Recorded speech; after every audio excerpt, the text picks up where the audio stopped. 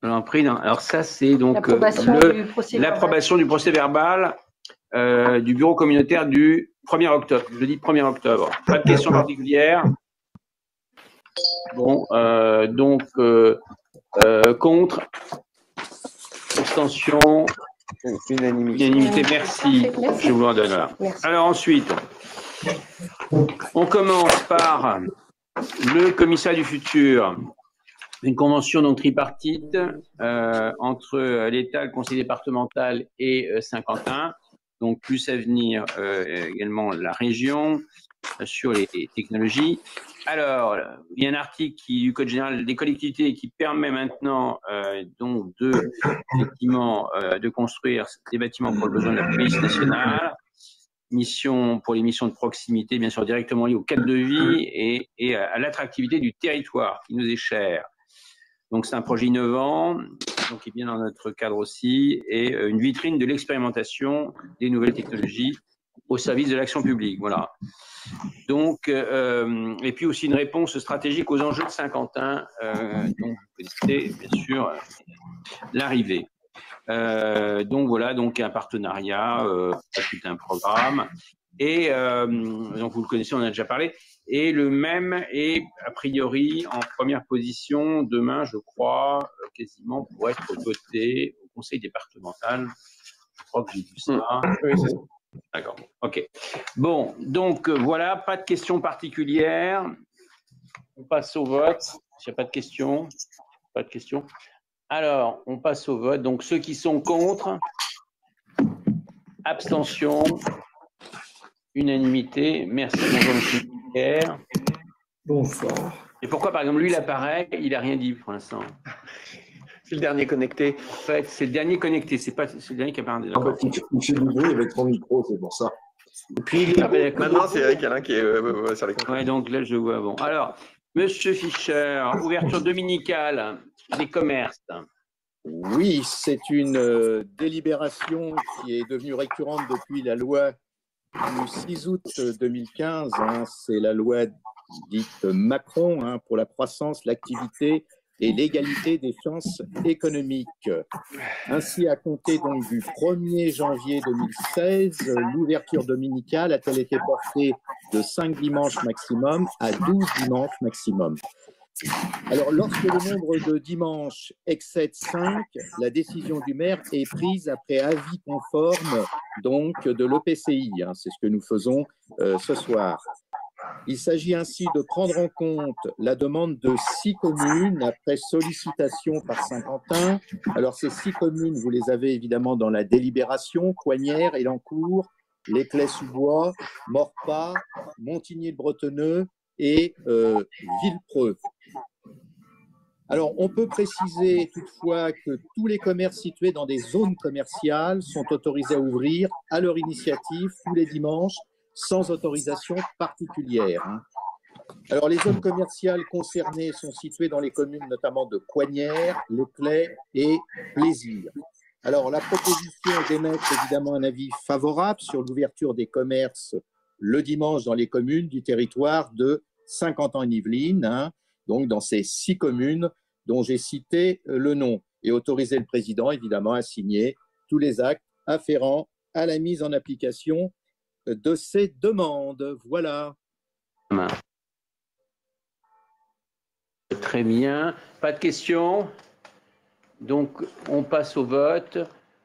Contre, abstention, unanimité. On continue. Monsieur Monique, Jean-Baptiste, je ne l'ai pas vu, non? Je suis arrivé. Jean-Baptiste, ok. Donc, Jean-Baptiste, programme 2021, accessibilité aux personnes à mobilité réduite. Oui, alors je vous demande ce soir l'autorisation de demander des sous, donc une subvention auprès de Île-de-France Mobilité, notamment dans le cadre du schéma directeur d'accessibilité et de l'agenda d'accessibilité programmé, le SDA-ADAP, notamment pour 13 points d'arrêt, répartis ainsi: 8 points d'arrêt sur la ligne 8 entre Plaisir-Grignon et Villepreux-les-Clés, 2 points d'arrêt pour la ligne principale 9 entre Plaisir-Grignon et Plaisir-Marché, et un point d'arrêt pour la ligne scolaire AQ entre Léon Blum et le collège Apollinaire de Plaisir. Donc là, ce sont pour avancer sur les aménagements qui doivent désormais porter sur ces lignes qui n'atteignent pas encore les critères d'accessibilité. On a aussi 2 points d'arrêt, excusez-moi, sur la ligne 450 entre Maurepas-Grand-Mare et le collège Saint-François d'Assise. C'est une enveloppe globale qui est estimée à 270 000 euros. Et Île-de-France Mobilité finance ces aménagements à hauteur de 75% du montant hors taxe des travaux. Il est donc proposé par cette délibération de constituer un dossier de demande de subvention auprès d'IDFM. Bon, ceux qui sont contre, abstention, unanimité, merci. Ensuite, M. Merker, Elancourt, question à l'euro symbolique auprès de la commune Oui, président. Donc, il s'agit du projet de construction du commissariat du futur.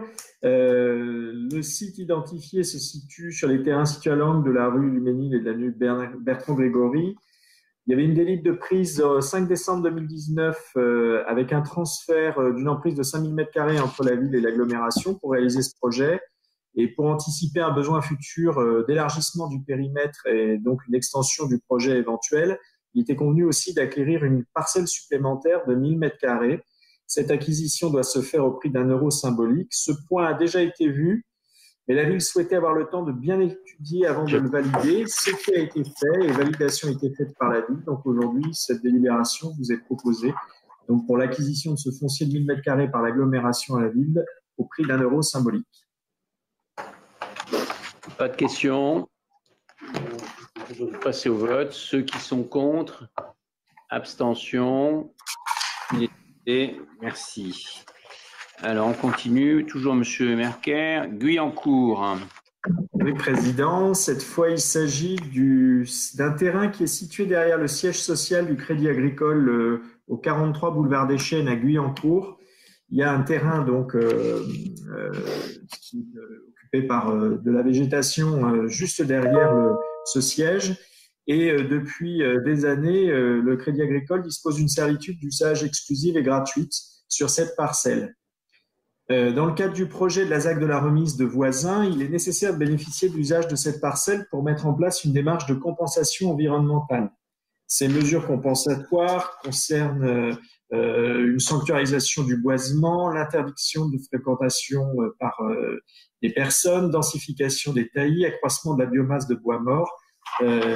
Et donc, pour assumer ces mesures, il faut permettre à l'agglomération, évidemment, de disposer à nouveau de cette parcelle et d'y accéder. Il y a donc un protocole qui fixe les tâches qu'auront à accomplir les deux acteurs, le Crédit Agricole et l'agglomération, et ce protocole sera signé sous seing privé. Et dans ce cadre, l'agglomération prendra en charge les aménagements et le suivi nécessaire aux compensations environnementales. Donc, c'est cet objet qui est celui de cette délibération. Est-ce que vous avez des questions, des remarques? Pas de questions. On va laisser les arbres vivre leur vie. Bon. François Morton. Oui, François. Juste une petite remarque. Il va falloir me fournir un argumentaire assez intéressant sur cette compensation. Je m'explique. On va compenser par une zone boisée qui est déjà boisée, d'accord, sur une partie que l'on va construire sur une zone boisée. Ce que je veux dire par là, c'est que je vais effectivement prendre ma décision sur cette délibération, mais c'est une zone qui est déjà boisée, qui va servir de compensation. C'est un peu étrange, voilà. C'est tout. Alors là-dessus, François, le type de compensation qui peut être apporté a été fixé par la loi et parfois il est envisagé qu'on replante des arbres ailleurs, mais on peut aussi demander à une collectivité tout simplement de prendre un bois qui existe sur son territoire et sur cet ensemble, sur cette parcelle, de mettre en place un certain nombre de mesures qui à ce jour n'existent pas. Et donc, en mettant en place ces mesures par rapport à ce bosquet-là, effectivement, on rentre bien dans le cadre d'une compensation. J'ai aucun doute sur l'aspect, Laurent, pas de malentendu, j'ai aucun doute sur l'aspect réglementaire. Je dis juste que ça va être un message un tout petit peu compliqué à faire passer. Voilà, c'est tout ce que je dis. Ah, oui. Président, est-ce que je peux intervenir? Vas-y, Joséphine. On sent que tu as une expérience sur ce sujet. Un petit peu, un petit peu. Oui, dans le cadre des compensations, c'est vrai que parfois, ça peut sembler étonnant que l'on compense par une zone qui semble tout à fait similaire. Par contre, quand on fait intervenir des professionnels sur l'aménagement d'une compensation, on se rend compte qu'il y a des aménagements qui sont faits tant au niveau, je dirais, des végétaux qu'au niveau de la biodiversité. Et il y a des transformations qui sont parfois peu visibles, mais parfois qui le sont davantage et sur lesquelles tu pourras vraiment communiquer. Parce que ce sont, je dirais, des améliorations qui sont des améliorations malgré tout très factuelles, très appuyées sur un développement et un changement de paradigme de la zone.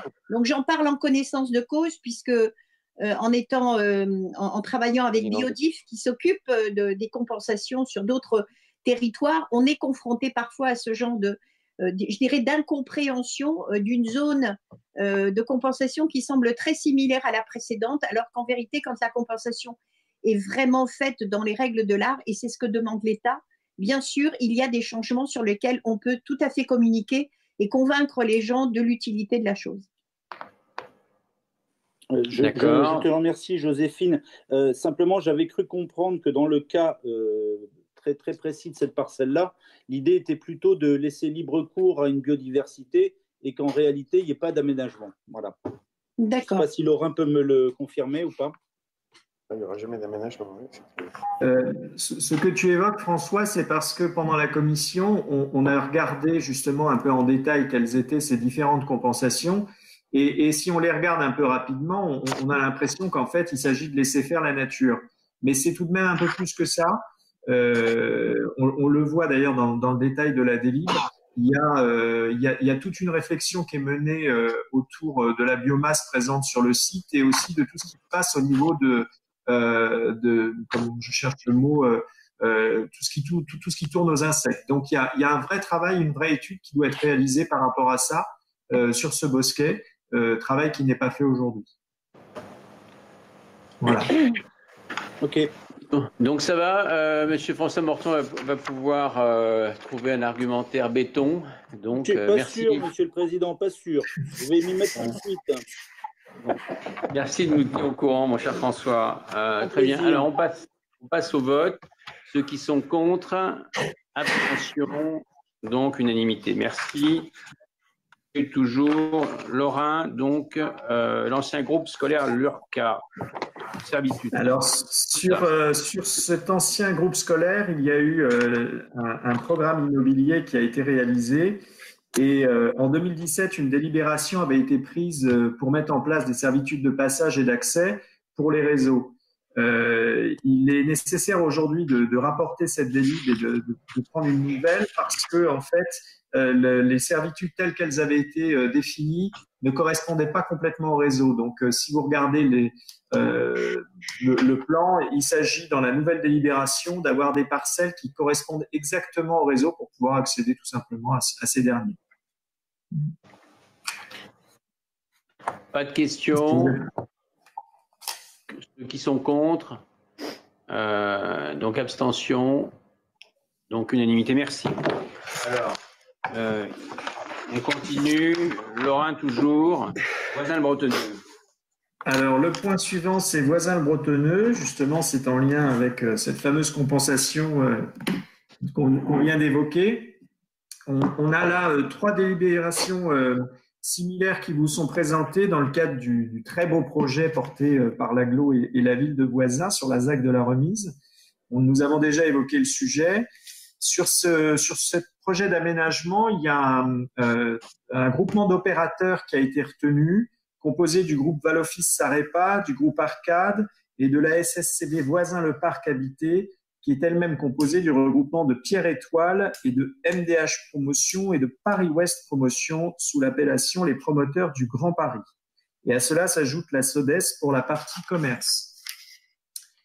Il est important de savoir que dans ce montage envisagé, il y a une promesse de vente par groupe de lots, puisque chaque opérateur a un groupe de lots, mais qu'il y a bien un cahier des charges distinct par lot.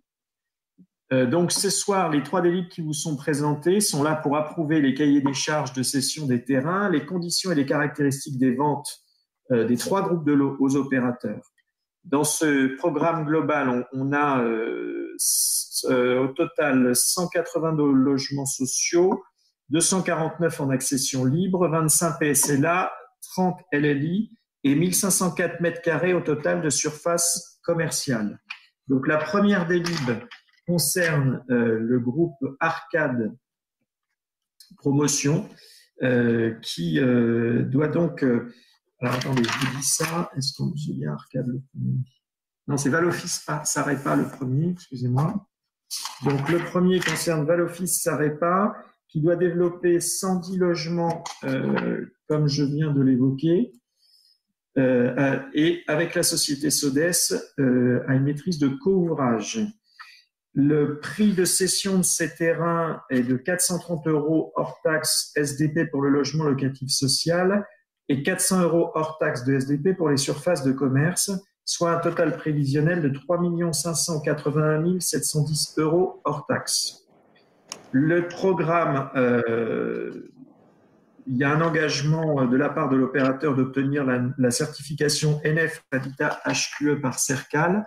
Et bien sûr, il y a tout un tas de conditions assorties à ce cahier des charges. Donc, sur cette délibération, il vous est proposé d'approuver les cahiers des charges de cession des terrains concernant les différents lots, d'autoriser Monsieur le Président ou son représentant à signer les cahiers des charges et d'approuver la cession à Valoffice Sarepa des terrains concernés pour le montant que je viens de vous indiquer. Il y a une chose qui est intéressante à noter aussi, puisqu'il y avait un petit questionnement sur le mode de cession, puisqu'une partie revient à Valoffice Sarepa et une autre partie reviendra à la Sodes. Et donc, en toute fin de délib, vous avez permission donnée à l'ESH Valoffice Sarepa d'élire comment CO2M AND pour le rez-de-chaussée de la surface commerciale à la Sodes. C'est un dispositif nouveau qu'utilise la communauté d'agglomération et qui est intéressant parce qu'il permet du coup de ne pas avoir à repasser devant un notaire derrière. Cette action de comment permet une cession simple telle que nous la passons ce soir, et puis derrière, il y aura de la part de Valoffice une rétrocession à la Sodes. Voilà sur cette première délibération. Pas de questions particulières. Donc, Monsieur le Président. Oui, Alexandra. Ajouter dans la programmation qui a été citée, je crois que je n'ai pas entendu le BRS.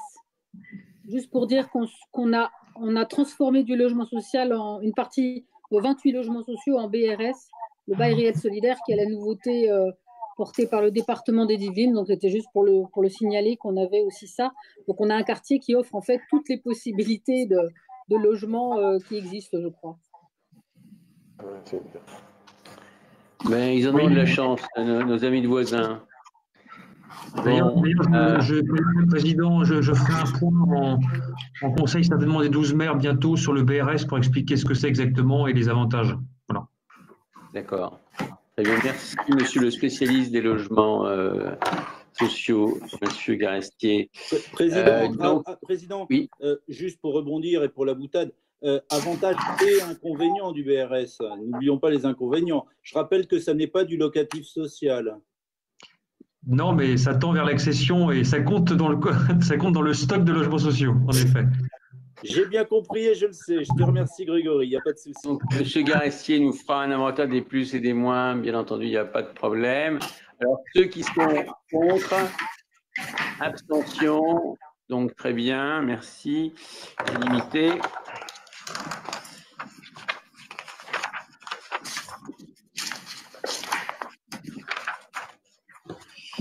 Alors, donc, M. Merker, toujours, voisin le Bretonneux, la remise. Toujours le même sujet. Donc, deuxième délit pour le deuxième groupe. Celle-ci, c'est la SSCV voisin le parc habité.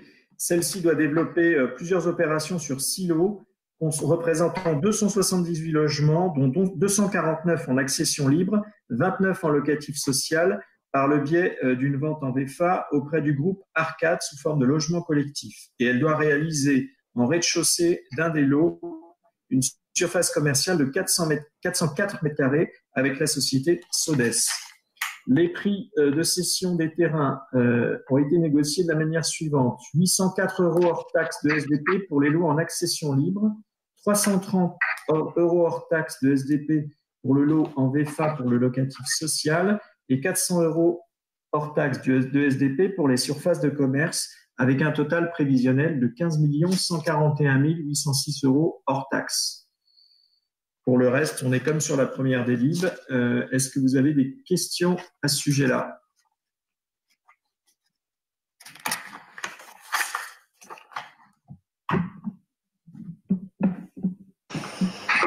Bon, pas de questions particulières.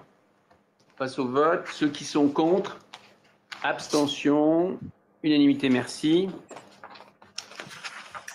Et donc la troisième, celle-ci, donc c'est la vente au groupe Arcade, qui doit développer plusieurs opérations sur 5 lots représentant 98 logements en locatif social, en locatif intermédiaire et en prêt social location-accession en PSLA, sous forme de 73 logements collectifs et de 25 maisons individuelles.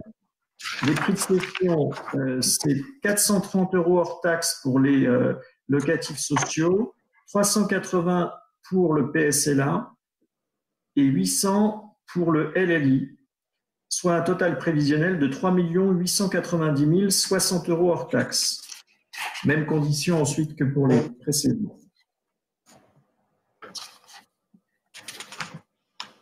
D'accord, pas de questions. Ceux qui sont contre, abstention, unanimité. Si.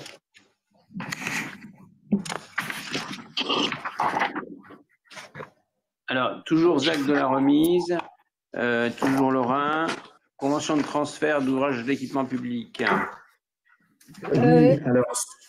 Juste excusez-moi, je suis un peu étonnée de la retrouver, cette délibération, parce qu'il va y avoir des changements là sur la fin de la délibération par rapport au versement, parce qu'en fait la crèche va être livrée plus tard que prévu et on avait dit qu'on retirait cette délibération et qu'on la reportait quand on aura plus de précision. Parce que là, tu vas donner des versements. Et en fait, les versements, ils risquent d'être retardés au vu du retard que va prendre la livraison de la crèche. Donc, on avait dit Pascal Casalet, là, il peut confirmer, mais on avait dit qu'on la portait plutôt, nous, on la mettra dans notre prochain conseil de février, le temps d'ajuster.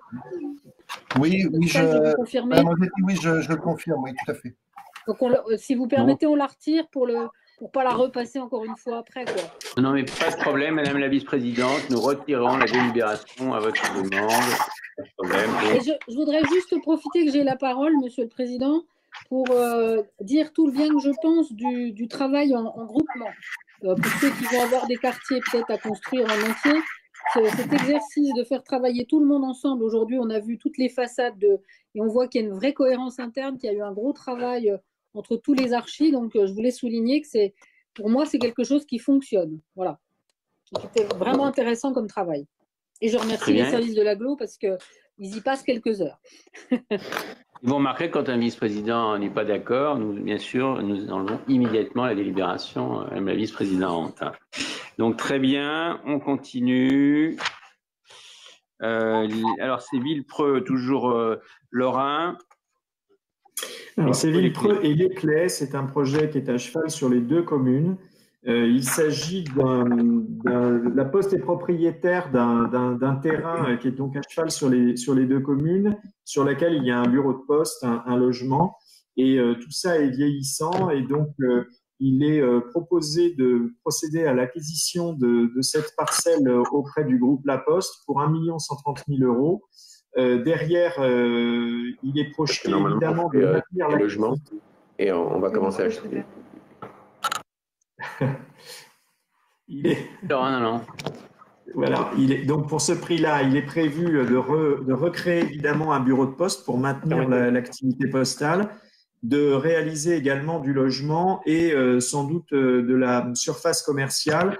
Pour l'instant, on est vraiment aux prémices du projet, donc on ne peut pas évoquer combien de logements, combien de surfaces commerciales. Ça, c'est aux deux communes et à la communauté d'agglomération de travailler sur le sujet.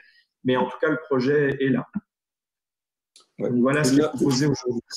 Une remarque, Très bien. Président, si je peux. Oui. Ouais, il avait été proposé au CLEI il y a environ 6 ans l'acquisition de la seule parcelle des Clays, ce que nous avions pas donné suite.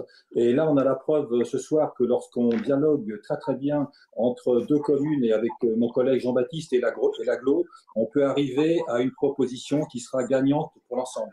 Voilà, c'est la remarque que je souhaitais faire. Très bien. Si je peux me permettre, Président. Oui. Oui, je m'inscris totalement dans les propos qui ont été tenus par Philippe Guiguen à l'instant. Et effectivement, nous, ce qui était important, on en a discuté avec Philippe, c'était que l'unité foncière puisse être préservée, notamment pour éviter que des choses se fassent sans l'accord des deux communes. Donc que l'AGLO se positionne tout en maintenant l'activité postale, ce qui a été garanti par la Poste. Ça, c'est important pour la commune de Villepreux, qu'on puisse se positionner ensemble sur un projet qui satisfasse tout le monde est une bonne chose. Donc, comme le dit M. Guiguen, un bon exemple de coopération entre communes et avec l'agglomération. Bon, mais écoutez, très bien, très bien. Donc, on passe au vote. Ceux qui sont contre ont donc unanimité. Merci. On continue. Monsieur Chevalier, convention relative à la collecte. Hop, le temps de réactiver mon micro. Bonsoir à tous. Et il s'agit donc de la convention avec EcoDDS. Alors, on est là sur un type de déchets très particulier qui sont les déchets diffus spécifiques DDS. Donc voilà, en résumé, c'est quand même des déchets qui contiennent un certain nombre de molécules chimiques et qui constituent un risque avéré pour l'environnement. On propose de passer une convention avec EcoDDS, qui est un organisme qui a la capacité de prendre en charge ces déchets très particuliers directement dans nos déchetteries et puis d'organiser surtout tous les flux de traitement de ces déchets-là.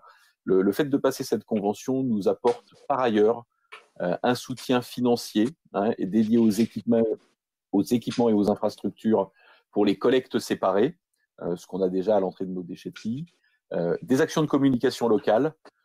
Si vous vous souvenez, c'est ce qu'on a fait il n'y a pas très longtemps dans le cadre de la ressourcerie itinérante à Trappes. Et puis surtout d'un soutien en formation de nos agents, ce qui est important puisque c'est eux qui vont procéder au tri. Voilà, donc il vous est proposé d'approuver cette convention avec EcoDDS sur ces déchets très particuliers.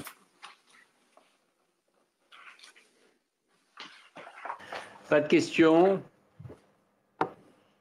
Donc, si, oui. Oui, j'ai une question, mais qui sort un petit peu du cadre de ce contrat. Jean-Michel, les batteries, les piles non usuelles, que deviennent-elles une fois qu'elles sont collectées? Aucune idée. Écoute, je ne sais pas, il faudrait qu'on pose la question à nos services de manière un peu plus précise, mais aujourd'hui, sauf erreur de ma part, elles font l'objet d'une convention spécifique également de leur côté. Par contre, je ne pense pas que ce soit avec EcoDDS. Je note ta question et puis je t'apporterai les éléments de réponse. Merci. Oh, ouais. Alors, ok, non, ça, on peut poser la question. Là-dessus, à nos services, il n'y a pas de problème. Pas d'autres questions. Simplement, un petit mot. Oui. Je vais vérifier le micro d'Alain Junès, il a l'air de pas fonctionner. Est-ce que le micro d'Alain Junès marche? Alain, tu peux dire un mot, s'il te plaît? Non, c'est pour ça. C'est pour ça. Ça y est, on t'entend. C'est bon, il marche? C'est bon. Tu avais quelque chose à dire ou pas? Ça y est, oui. Non, c'est juste parce qu'il ne pouvait pas s'exprimer. Si j'avais quelque chose à dire, j'aurais juste aimé pouvoir le dire. C'est bon, il n'y a pas de problème. Vous nous faites un signe, à ce moment-là, vous nous faites un signe comme ça. Voilà, d'accord, c'est simple. Alors, très bien. Donc là, on a voté, c'est bon? Oui, cycle de l'eau. Alors, on continue.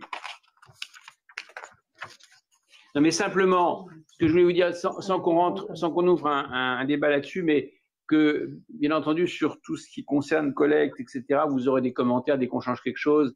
Donc, on fera le point, à mon avis, début janvier. Et puis voilà, s'il fallait rectifier quelque chose, à ce moment-là, on assumera en augmentant éventuellement aussi la taxe, parce que les gens moins verront que si on veut plus, ben oui, ça a un coût. Voilà. Donc, sachez que que là-dessus, on peut très bien donc en parler en tout cas, mais début de l'année, on ne va pas ouvrir ça maintenant. Voilà, sachez que voilà, on est là pour nous adapter aussi. Donc, il y a déjà une décision qui est partie, mais voilà, on est là aussi pour adapter selon bien sûr ce qui est dit sur le terrain. Donc, on continue. Alors là, donc c'est alors attendez, là c'est quoi là? Le cycle de l'eau Eva Roussel. Le cycle de l'eau Eva Roussel. Oui, donc de manière assez brève, hein, ce sont deux délibérations assez simples. Donc sur plaisir, la nécessité en fait de prolonger le réseau d'assainissement rue Bourget et de profiter, d'optimiser, on va dire, cette opération pour en plus réaliser des travaux donc de réparation sur les eaux pluviales. Donc l'objet, c'est d'approuver en fait l'enveloppe financière correspondante à cette opération, donc qui s'élève à 195 000 €, et donc d'approuver ce programme. Je crois que ces travaux sont d'ailleurs attendus par la ville de Plaisir. Et je tiens à vous en remercier si c'est voté. Merci beaucoup. D'accord, donc pas de questions. On passe au vote. Ceux qui sont contre, abstention, donc unanimité. Alors excusez-nous, on s'est un peu trompé. Il faudrait revenir parce qu'on a sauté donc la convention. À disposition. La médiathèque, je pense. Jacques Brel pour. La médiathèque, voilà. La médiathèque Jacques Brel, voilà. On l'a sauté, déneigement de la médiathèque Jacques Brel. Convention avec Mani. Monsieur Chevalier. Je sais pas. Oui, j'étais pas inquiet, je n'ai pas voulu couper la parole à ma collègue, mais j'avais bien en tête que j'en avais une deuxième à passer et je voyais Bertrand trépigner, donc... Non, c'est pour embêter monsieur Houillon, bien sûr. Bah oui, parce que c'est une délibération de bon sens, celle-là, c'est la convention de mise à disposition de moyens humains et matériels pour le déneigement de notre médiathèque Jacques Brel sur la commune de Magny-les-Hameaux, dans la mesure où elle est un petit peu éloignée du cœur de l'agglo et de nos services.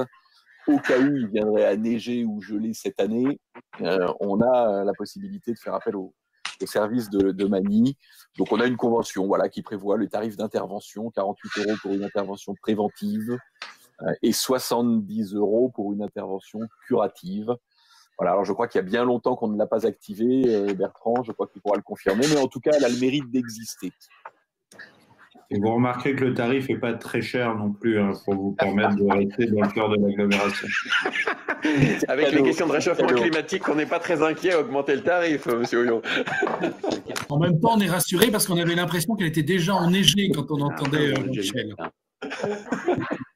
Je sais bien que Magny, c'est la montagne, mais c'était inquiétant. Avec le couvre-feu, plus au sud. On a passé ça. Bon, attendez, on va voir. Alors, donc, on passe au vote. S'il n'y a pas d'autres questions, ceux qui sont contre, abstention. Donc, très bien, unanimité. Donc, c'est là où on voit la différence entre les communes, mes chers amis. Vous savez que de faire vivre des communes même comme ça, quand des écarts de fonctionnement, mais cela dit, c'est très bien, il n'y a pas de problème, hein, ça fonctionne. Alors, on continue. Alors là, messieurs, donc, celle de Madame Roussel que l'on a passée tout à l'heure, c'était laquelle? Parce qu'il y en a, je suis désolé. Excusez-moi. Là, on est page 39.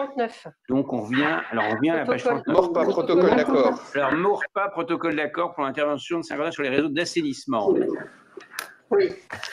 Oui, tout à fait. Donc là, en fait, il s'agit d'intervenir sur les réseaux d'assainissement parce que c'est nécessaire, hein, les collecteurs sont vétustes, et on passe au domaine privé dans une copropriété, donc la copropriété des Jardins de Maurepas, dont les collecteurs en fait ont été rétrocédés à la commune en 2011.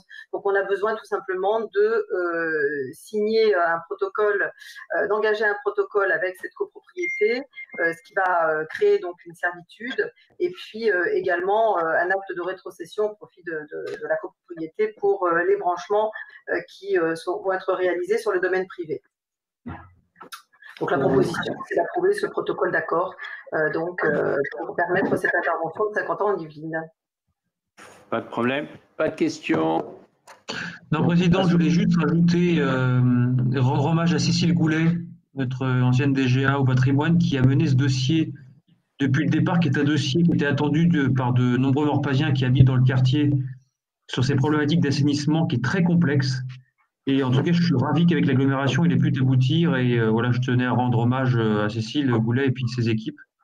Et merci à Eva également de porter le dossier parce que c'est un beau projet qui va faciliter la vie de beaucoup de Morpasiens dans leur vie de tous les jours. Voilà. Eh bien, mon cher Gogogne, nous sommes heureux de rendre heureux tout le monde. Donc voilà, souvent cette fin d'année, pas de problème. Donc on passe, alors on n'a pas voté là.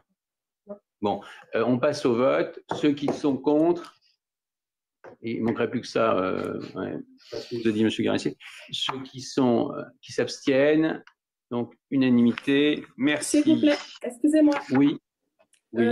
Je voudrais juste mentionner voilà, que je viens juste d'arriver. Je m'excuse pour mon retard. Je suis Marcy Gorbena. On vous a reconnu, pas de problème, très bien. Bienvenue. Merci. On continue. Monsieur. Et nous sommes en direct sur Facebook. Monsieur Coquard, monsieur. Non. Je viens de voir qu'on est en direct sur Facebook. Ouais. Oui, on est en direct sur Facebook. C'est pour ça. Ce qui n'est pas très logique, puisque ce sont des séances qui ne sont pas publiques d'habitude. Hein. Il me semble que vous n'avez pas mis votre code confidentiel pour connecter. Les bureaux ne sont jamais publics, hein, ce que je sais. Oui, c'est curieux ça. Ah non. Pourquoi c'est une nouvelle arrêté, ça? Oui, c'est une obligation légale. C'est une nouvelle obligation légale. Ben, on va les faire où, sinon, les bureaux, si on doit les faire publics? Oh, bah ici, il n'y a jamais personne qui vient. Hein. Non, mais c'est depuis quand? Je tenais juste à te spécifier parce que faut bien parvenir. On ne le faisait pas. Maintenant, on est obligé de se mettre sur les. Non, on est, ouais. Hein, Bon, bah, avec donc, la distanciation, visioconférence. Alors, j'aurais fait mon brushing. Bon, bah, écoutez, très bien. Alors, non, mais là, moi, c'est M. Coquard maintenant. C'est pas, pas les mêmes. Comment? Oui, c'est ça. Alors, Montigny, M. Coquard sur Montigny. Terrain, Oui, sa bonsoir. main. Bonsoir, chers collègues. Effectivement, vous l'avez dit, Président, donc la société Altera Cogedim souhaitait réaliser un programme immobilier sur le terrain que vous avez mentionné, donc à l'angle des rues de Chambéry et de la Maurienne. C'est un projet de construction de 21 maisons individuelles en accession et 15 logements collectifs en locatif social. Donc les futurs logements seront desservis par une voie nouvelle à sens unique. Cette voie d'accès nouvelle sera ouverte à la circulation publique et comprendra effectivement des réseaux sous voirie, des ouvrages accessoires à la voirie, éclairage, signalisation, réseau d'eau pluviale et des poteaux d'incendie. Bref, tout ce qui fait que 50 ans est compétent pour la gestion de ces réseaux et éclairage public. Donc la présente convention a pour objet de définir les conditions et modalités du transfert dans le domaine public communal de la voie et des réseaux de l'opération. Donc l'objet de la délibération, c'est d'approuver la convention tripartite entre 50 ans d'Yvelines, Altera Cogedim et la commune relative au transfert de la voie et des réseaux dans le domaine public communal. Très bien, merci Bertrand. Pas de questions. Donc, ceux qui sont contre, abstention, unanimité. Merci. Monsieur Lier, voisin, le Bretonneux, requalification de la Mérantaise, de la rue de la Mérantaise. Oui, bonsoir à tous. Alors, nous allons à voisin de Bretonneux, effectivement, pour une requalification qualitative de la rue de la Mérantaise, enfin d'une partie de la rue de la Mérantaise, qui donne notamment sur la rue aux Fleurs, en son extrémité nord. Alors, c'est une rue, comme encore plusieurs sur Saint-Quentin, qui a connu un accroissement de la circulation et qui est encore une configuration étroite qui ne permet pas aux piétons de se déplacer en toute sécurité sur la partie nord, notamment. Alors, c'est un projet qui a fait l'objet d'une concertation assez importante avec les riverains, notamment sous forme de réunions publiques et d'ateliers, depuis maintenant 2 ans. Donc, les solutions retenues, c'est la mise en double sens de circulation entre la rue des Pivoines et la rue du Pré sous la ferme, et un passage en sens unique ambitieux jusqu'à la rue aux Fleurs. Et enfin, surtout, c'est l'adaptation, l'accessibilité cyclable complète qui n'était pas possible sur la rue précédemment. Donc, on profite pour requalifier une voirie et en plus de lui rajouter une piste cyclable complète sachant que la circulation piéton sera également pacifiée avec la mise en place d'une zone de rencontre, donc une zone à 20 km/h dans la partie nord. Voilà, donc c'est des travaux prévus pour toute l'année 2021. Ça va être livré, si j'ai bien compris, à Noël 2021. Voilà, c'est un tronçon de 250 mètres environ et le coût se chiffre à 380 000 € TTC. Donc il vous est proposé d'approuver et le programme et la fiche de coût. Ok, pas de questions. Donc ceux qui sont contre, abstention, unanimité, merci. Toujours Monsieur Lier, Montigny, la Fondation Anne de Gaulle. Alors effectivement, Montigny, le projet de la Fondation Anne de Gaulle qui est sur un tronçon de l'emprise, d'un délaissé de l'État en fait, de l'emprise à 12, qui fait toute une longue traversée de Montigny qui va même quasiment jusqu'à Trappes et jusqu'au secteur Pôle emploi de Trappes, pas très loin de l'hôtel de l'Aglo finalement. C'est une parcelle que Sky vient d'acquérir et après appel d'offres a décidé de l'attribuer pour une plateforme de service à la Fondation Anne de Gaulle pour une centaine de places. La Fondation Anne de Gaulle, fondation dédiée notamment aux handicapés mentaux, qui a déjà des foyers à Versailles et à Vercœur. Et en fait, là, l'objet du projet consiste à créer une voie verte et une voie pompier, donc au sud de cette bande d'à peu près 390 mètres. Voie verte et voie pompier donc de 4 mètres de large, donc suffisamment large pour permettre une voie engin, qui sera complétée avec des aménagements paysagers sur une bande de 5 mètres, donc on aura un véritable corridor écologique. Il est également prévu un réseau de défense incendie, un réseau d'éclairage public, une clôture le long du terrain départemental et la pose d'un portail. Alors je rassure tout de suite, le portail n'a pas pour but de fermer cette voie verte, mais de clôturer la partie qui va rester dans la propriété de l'État, le petit bout de terrain qu'on n'achète pas. Voilà. Donc c'est un projet assez conséquent vu qu'il se chiffre à 165 000 € TTC. Démarrage des travaux prévus au premier trimestre 2022 et il sera probablement mis en place un PUP pour le réaliser. Donc il est proposé à la fois d'approuver le programme, d'approuver le coût et de permettre au président de charger toutes les subventions possibles.